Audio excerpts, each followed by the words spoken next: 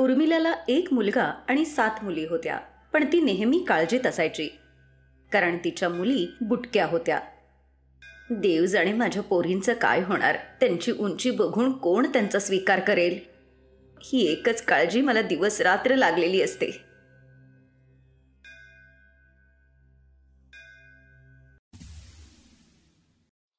अहो ताई, एवढ्या सगळ्या मुलींना घेऊन तुम्ही रस्त्यावर इथे फिरताय असं बरं नाही. काही झालं असतं म्हणजे. पण मला एक सांगा, तुमचं वय तर बरोबर आहे, पण तुमच्या मुली इतक्या छोट्या कशा काय?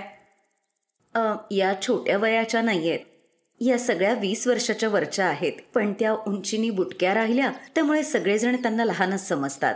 काय बुटक्या?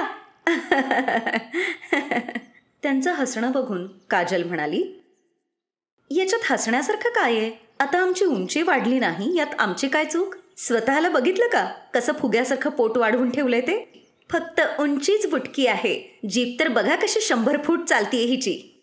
असेच काही दिवस जातात. एक दिवस काही मुलाकडची माणसं त्यांच्याकडे येतात.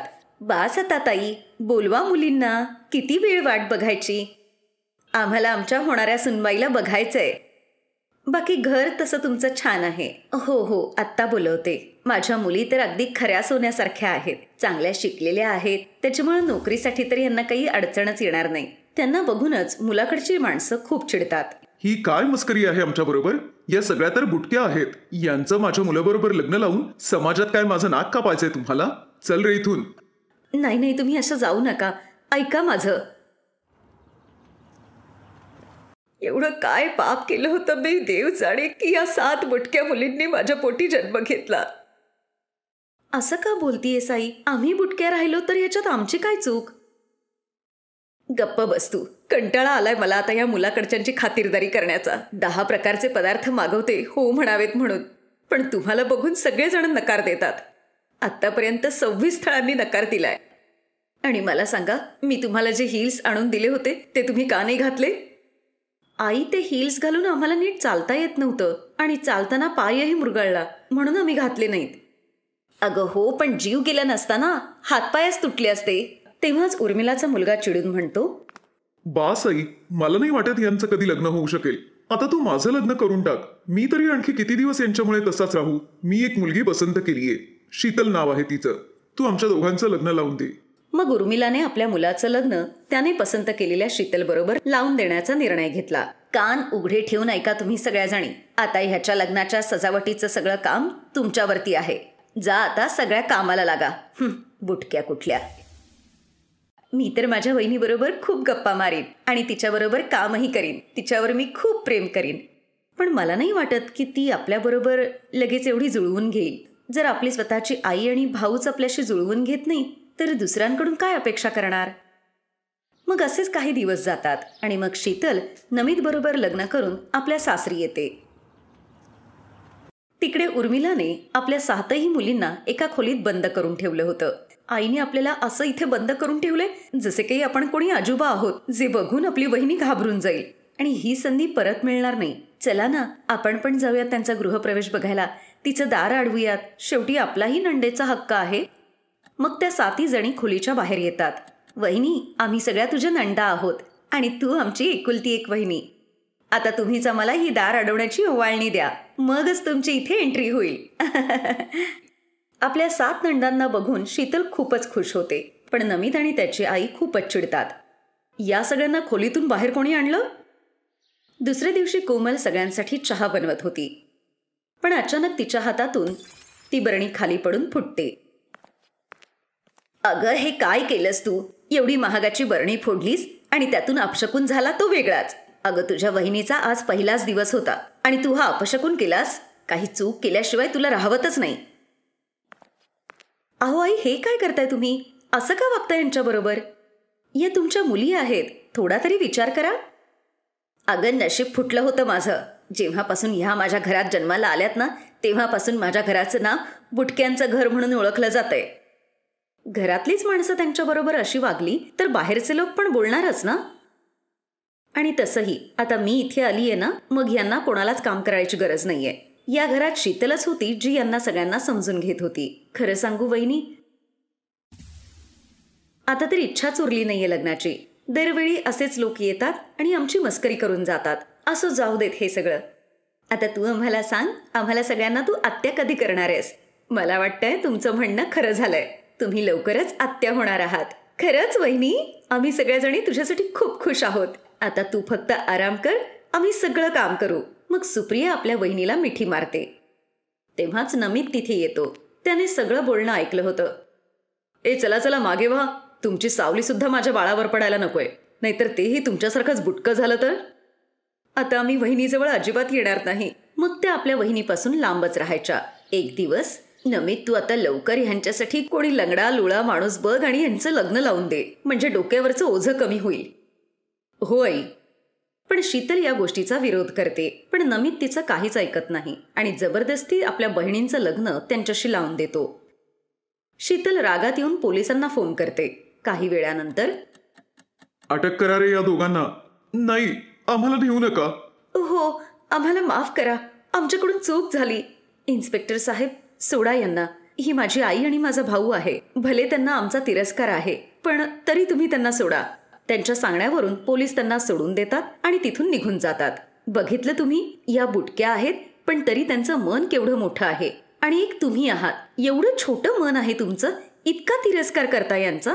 मग दोघा मायलेकांना आपल्या चुकीची जाणीव होते आणि ते मुलींची माफी मागतात. त्यानंतर ते कधीही त्यांच्याशी वाईट वागत नाहीत.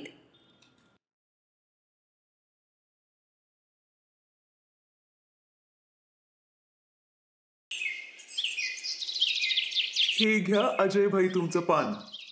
दे दे.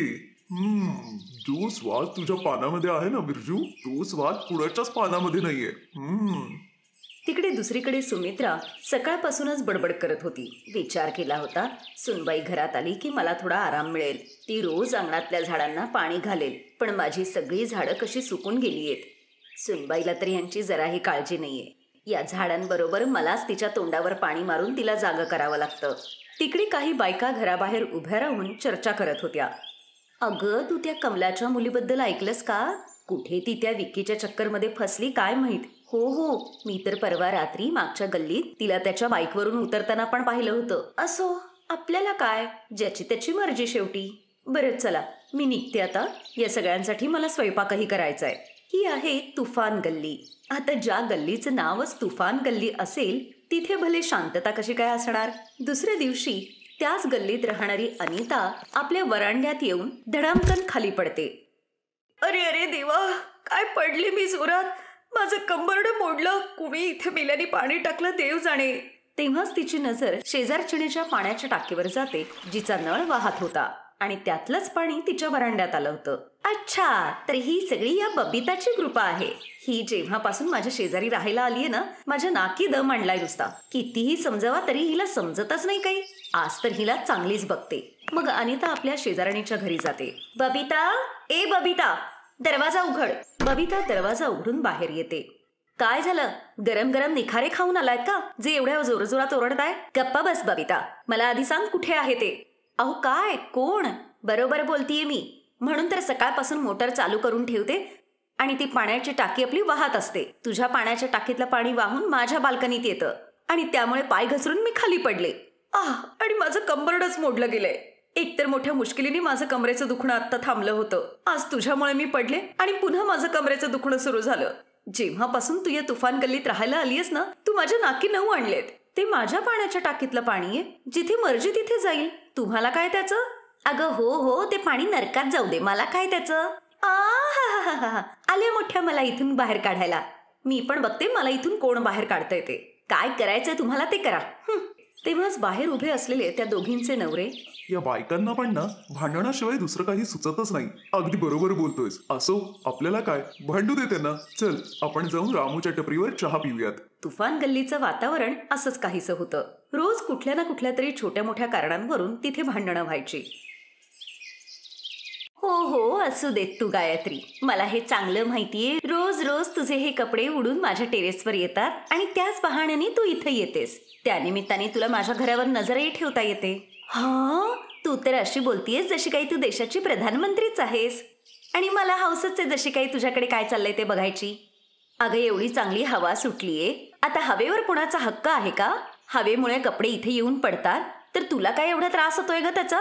पण तुझं कधी कधी नसतं ना ग, रोजच होतं असं, समजलं?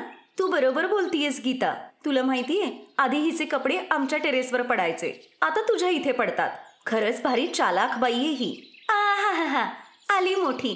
तू काही जणू धुतल्या तांदळासारखीच आहेस ना. सांगू का हिला तू माझ्या घरी येऊन तिच्या काय चुगल्या करतेस ते मला जरा एक महत्वाचं काम आठवलंय. मी परत येते नंतर. आगीत तेल ओतायला आलेली रमा आपलं नाव येताच तिथून लगेच पळ काढते. तिथल्याच बाजूच्या घरात नवरा बायकोंमध्ये भांडणं सुरू होती. अरे, एक सोन्याची चेनच तर मागितली ना मी तुमच्याकडे, एवढा काय ताजमहाल मागितलाय? अहो, तुमच्यापेक्षा तर त्या नीलमचा नवरा बघा. अगं मग तिचा नवरा बिझनेसमन आहे, त्याचा मोठा कपड्यांचा व्यवसाय आहे. सोनच काय, तो तिला हिरे पण आणून देऊ शकतो. म्हणूनच तर सांगत होते आई बाबांना कुठल्या तरी चांगल्या मुलाशी लग्न करून द्या, पण त्यांनी तुमच्या गळ्यात बांधलं. तुफानी गल्लीचे हेच हाल होते. मग एक दिवस, काय झालं रेश्मा, तू मला बघून अशी हसतीयस का? माझ्या चेहऱ्यावर काही विनोद लिहिलाय का? विनोद नाही लिहिला, तुझा तर चेहरा बघूनच हसायला येतं. आणि तसंही तुझ्यासारखीचा चेहरा बघण्यापेक्षा मी कुठल्या तरी गटाराकडे बघितलं तरी चालेल मला. माझ्याकडे तेवढा वेळच नाहीये. मग तू कुठली करीना कपूर आहेस ग, पिठाचा गोळा नुसती? चल चल, तोंड सांभाळून बोल जरा, नाहीतर जीभ हासडून हातात देईन. चेटकिणीला अजून येणारच काय? तू मला चेटकीण म्हणालीस? आत्ता दाखवते तुला. कोमल रेश्माचे केस धरून ओढू लागते आणि रेश्माही तिचे केस धरून जोर जोरात ओढू लागते. दोघी एकमेकींचे केस धरून ओढत ओढत रस्त्यावरती येतात. त्यामुळे रस्त्यावर ट्रॅफिक जाम होतं. अरे, कोणीतरी या दोन्ही बायकांना समजावा. रस्त्यावर पूर्ण ट्रॅफिकच जाम करून टाकलंय. तुमचं वाद भांडणं सगळी तुमच्या गल्लीत करा, इथे रस्त्यावर कशाला? अहो, या गल्लीतल्या बायकांना भारी भांडखोर आहेत. त्यांच्यामध्ये पडणं म्हणजे आपल्या स्वतःच्या पायावर दगड पाडून घेण्यासारखं आहे. मग असाच एक दिवस, माझ्या पोटात खूप दुखतंय. तू घाबरू नकोस, मी लगेच रिक्षा घेऊन येतो आणि तुला हॉस्पिटलमध्ये घेऊन जातो. मग अजित रिक्षा शोधण्यासाठी बाहेर पडतो. पण त्या दिवशी रिक्षावाल्यांचा संप होता, त्यामुळे कुठलाच रिक्षावाला यायला तयार नव्हता. तेव्हाच तिथे रेश्माचा नवरा तरुण येतो. काय झालं अजित, तू एवढ्या काळजीत का दिसतोयस? कोमलच्या पोटात खूप दुखतंय आणि कुठलाच रिक्षावाला यायला तयार होत नाहीये. तू लवकर वहिनीला घेऊन बाहेर ये, मी माझी गाडी काढतो. अजित कोमलला घ्यायला आत जातो. तिकडे रेश्माला जेव्हा याबद्दल कळतं तेव्हा ती पळत पळत कोमलकडे जाते. हिची तब्येत तर खूपच खराब आहे, पण तुम्ही काळजी करू नका, ते गाडी काढतायत, तुम्ही हिला घेऊन लवकर बाहेर या. ते सगळेजण रेश्माला घेऊन हॉस्पिटलमध्ये जातात. मग डॉक्टर तिला इंजेक्शन आणि औषधं देऊन घरी पाठवतात. तुमचे खरंच खूप खूप आभार. आपल्यामध्ये एवढी भांडणं झालीयत, पण तरीही तुम्ही मदत केली. अहो दादा, आता दोन भांडी एकत्र म्हणजे आवाज होणारच, पण याचा अर्थ असा थोडाच आहे की आपण एकमेकांची मदत नाही करायची. आणि तसंही अडचणीच्या काळात शेजारीच मदतीला येतात. अगदी बरोबर बोललीयस रेश्मा तू. ये ना, मला मिठी मार एकदा. त्या दोघी जणी सगळं विसरून एकमेकींच्या गळ्यात पडतात. असंच तर गल्लीत राहणाऱ्या लोकांचं प्रेम असतं. भांडणं पाहिजे तेवढी करतील, पण जे अडचणीच्या काळात मदतीला येतात तेच खरे शेजारी असतात ना. Best buddies. Hello friends, thanks for watching this video. अगर आपको ये वीडियो पसंद आया है तो प्लीज लाइक, सब्सक्राइब, कमेंट्स करें इस वीडियो पर, और हाँ, शेयर करना भी ना भूलें. और भी मजेदार वीडियो देखने के लिए नीचे दिए गए बेल आइकॉन को दबाएं. देखते रहिए बेस्ट बडीज.